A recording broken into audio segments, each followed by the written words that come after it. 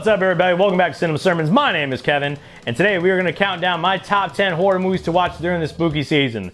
Now, as you guys know, I am a Christian. I stand very firmly on my faith. I believe in the Bible wholeheartedly, and a lot of Christians don't think you can watch horror movies. I will put a link to my video up here of Can Christians Watch Horror Movies, and let you go see that. But today, we're just going to go ahead and talk about my favorite movies to watch during the season. Now, this is not a definitive list of the best horror movies ever made, so there will be certain movies missing from this list. For example, I don't want to watch The Thing during spooky season, during this Halloween, October aesthetic. I think that's a better movie to watch during like January when it's snowy outside and you're not going anywhere, because that makes the movie more effective. But The Thing is like Cody Leach's favorite horror movie and James from Dead Meat, and their whole channel is horror. It's what they do, right? But that's not going to be on this list. And we're also not counting horror adjacent movies. Things like Jaws, which is a creature feature, but it's not, it's like kind of debated, is it really horror? Or something like Silence of the Lambs, an amazing movie, which if we're just going over the whole umbrella is definitely in my top 10. But it's kind of more of like a thriller. Like there's debate, is it horror, is it thriller? It's kind of horror adjacent really. And we're not gonna have Van Helsing on this list either, which is like action adventure, but has the spooky season aesthetic all around it. I love that movie. I'm not gonna say sorry for it. We're not gonna tolerate any Van Helsing hate and no Elvira hate. Those are not tolerated on this channel. I'll have none of it. Anyway, without further ado, let's go ahead and jump right into our top 10. Coming in at number 10 is going to be Evil Dead 2. So, I do not like the original Evil Dead. I don't like the Fede Alvarez Evil Dead, nor do I like Evil Dead Rise. Those are just way too dark for me. They don't sit right with me. It's just, as I said, I'm a Christian. It just doesn't feel good in my spirit. Don't like it. But Army of Darkness and Evil Dead 2, I like, because it's a little more lighthearted. It's still pretty gory, but you get a little more slapstick and there's a little more comedy of just like even Ash falling down the stairs. It's funny. And I like the good versus evil aspect. I like when Ash becomes the hero and he takes on the Deadites and he's got a chainsaw on one hand and a shotgun in the other, and he's dropping one-liners and, you know, swallow this.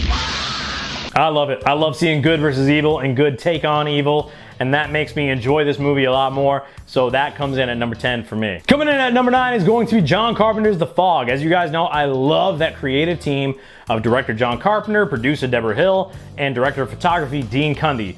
And The Fog is John Carpenter's take on just the classic ghost tale, and it just fits that spooky aesthetic so well. From the ominous fog coming in, to the music, to the look and tone of the movie, to the practical effects. If there's a movie that you want to watch to get you into that feeling of the season, this movie will definitely do it. The Fog is a fantastic movie, and I hope we get more of them. I dig it. Classic ghost tale comes in number 9. Number 8 is going to be An American Werewolf in London.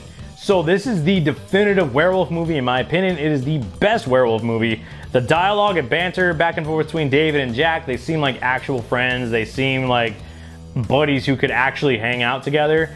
And then the story is great as well. It's probably the most terrifying werewolf we've ever seen on screen. You have the love story between him and the nurse, and the transformation scene is iconic. Again, practical effects, especially in horror, it works amazingly.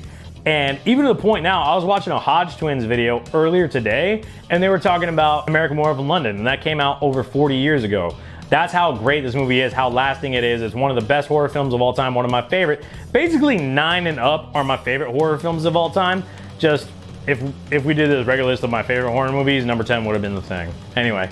But yeah, so it comes in at number 8, dude. This movie's great. Number 7 is going to be A Nightmare on Elm Street. So I saw this movie in the theater during 2020 when we had the pandemic going on.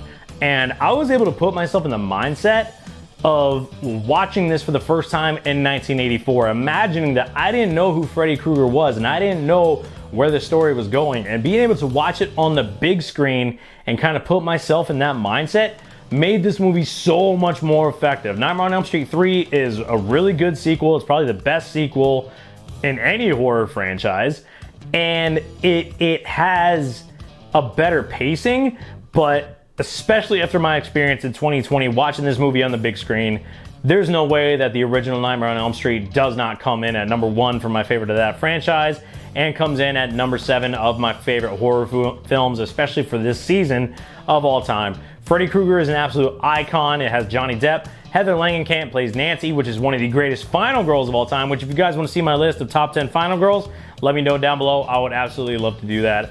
But this movie's great, absolutely comes in at number 7. The man of the dreams, the one with the finger knife, slashing his way into number 7.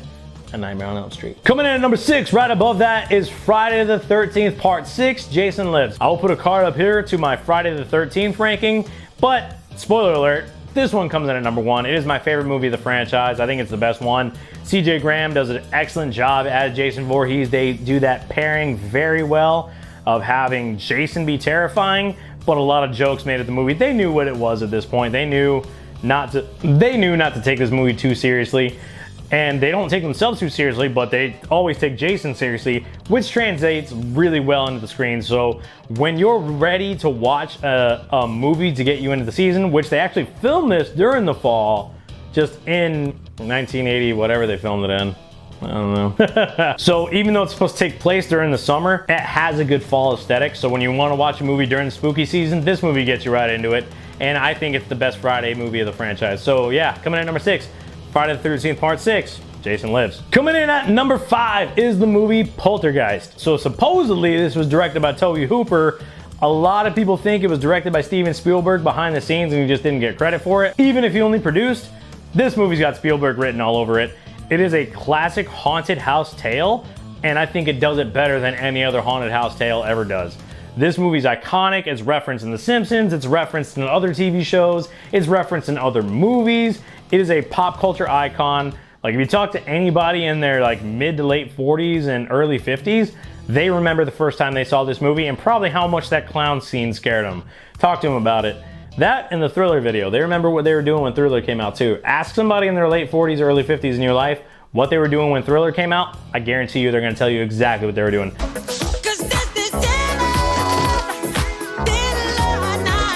Anyway, I digress. Poltergeist is an amazing movie. I talk about it in my Best of 1980s review series. It has great practical effects, great acting. Like I said, it has the haunted house trope, but does it better than anyone else. So if you're in the mood for a haunted house movie during the spooky season, Poltergeist does it better than the rest. Coming in at number 4 is going to be Candyman. So this is one of my all-time favorite horror movies. Like I said, 9 and Up is basically in my favorite horror movies list.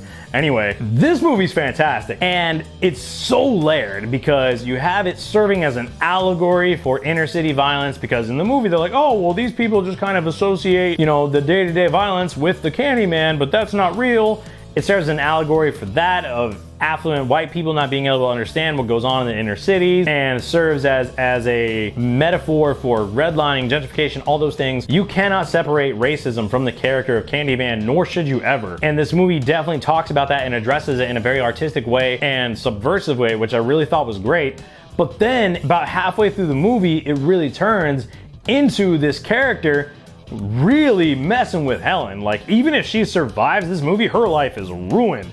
And he's played by just the magnificent Tony Todd, who's a classically trained actor, and he's just got that deep, brooding voice, and he's a sympathetic character, almost kind of like a Dracula, and he brings that gothic romanticism to the character, and the way he's talking is almost seductive, and you feel bad for him in a way, because this character of Daniel Robitaille, who becomes Candyman, was treated as a monster, and he was vilified when he shouldn't have been, and then in death he becomes the monster he was treated as. Be my victim. It's a tale of tragedy, horror, but love. It's a weird, very layered movie, and it's so well done. It is absolutely one of my top 5 favorite horror movies. It's my 4th favorite horror movie, actually. And if you want to watch something to get you in the spooky season, this movie will absolutely do it. So yeah, coming in at number 4, Candyman. So number 3 and number 2 were very, very tough for me. I've actually, depending on what time you ask me or what movie I just got done watching, it might change. This is really difficult for me. But coming in at number 3 right now in 2024, I gotta put Scream coming in at number 3. So this is a classic, amazing slasher, also made by the fantastic Wes Craven, who directed A Nightmare on Elm Street and wrote that. And this is a time when slashers were kind of like dying out. The horror genre in general was dying out, and Wes Craven reinvigorates it with this movie. I remember being a kid seeing the posters. I remember when this movie came out. And I grew up knowing about the movie. I knew the twist at the end. I knew who the killers were. I knew all of it. But I never actually just sat down and watched Scream. And in 2020, when the pandemic was going on, the theater was doing like these classic releases, and I went and actually watched Scream. It was fantastic. It was a masterpiece. It's such a well done movie. It is easily the best franchise in horror. And it's just, I mean, dude, what can I say about Scream that hasn't already been said, man? It's an amazing movie. It's my third favorite horror film of all time, right now anyway. And when you want to watch something to put you into the spooky season, High School in Woodsboro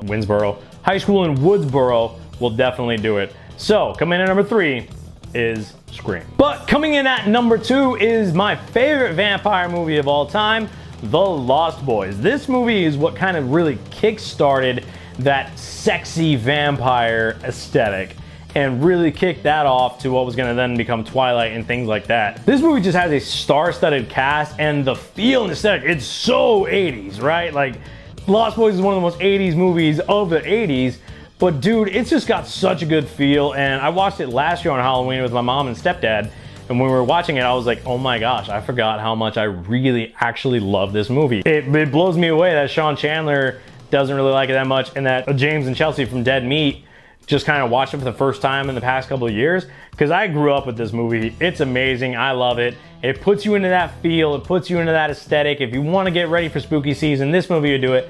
Coming in at number 2, The Lost Boys. But coming in at number 1 is not even a contest, not even a competition.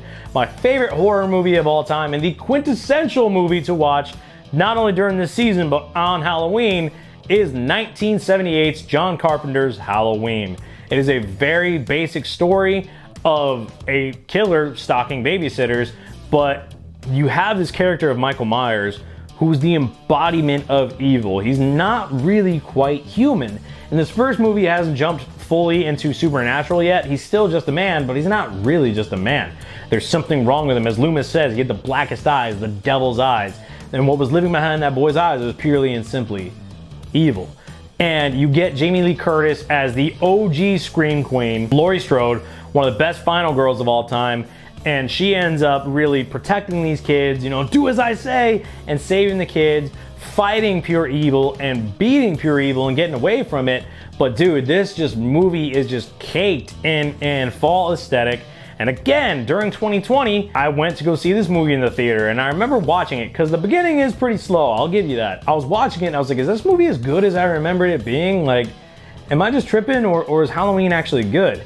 The third act comes and I'm like, yep, this movie's exactly as good as I thought it was, as good as I remember. The third act is masterful. It might be a little bit of a slow burn, but it's a short movie anyway, it's really not long.